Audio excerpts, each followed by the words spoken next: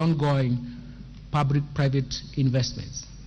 Mr. Speaker, the government will continue to support economic recovery by pursuing prudent macroeconomic policies geared towards reducing debt vulnerabilities and supporting sustainable and inclusive development. Inflation rate has remained above 7.5%, which is the upper bound target since June 2022. This is driven mainly by high food prices and energy prices following the adverse weather conditions and high global oil prices, but also compounded by the pass-through effects from the domestic currency depreciation. In order to anchor inflation expectations, the Central Bank of Kenya, through Monetary Policy Committee, tightened monetary policy during the last 1 year by raising the central bank rate to 9.5% in March 2023 from 7.5% in May 2022.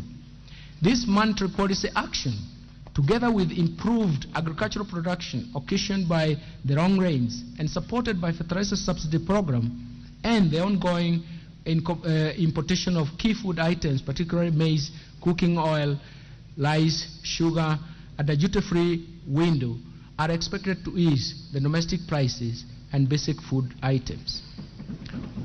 Already the inflation pressures are easing with inflation rate at 8% in May 2023 from the highs of 9.6% in October 2022. Inflation rate is expected to return to the target range within the second quarter of financial year 2023-2024.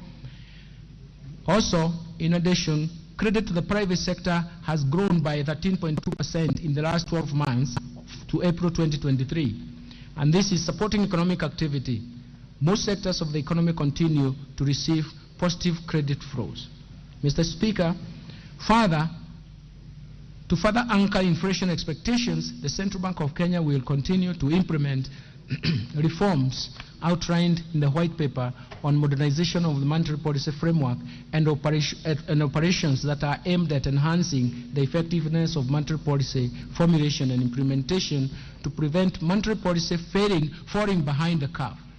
These reforms include refining macroeconomic forecasting frameworks in line with the changing structure of the economy, improving the functioning of the interbank market to strengthen monetary policy transmission, and continued improvements of communication on monetary policy decisions.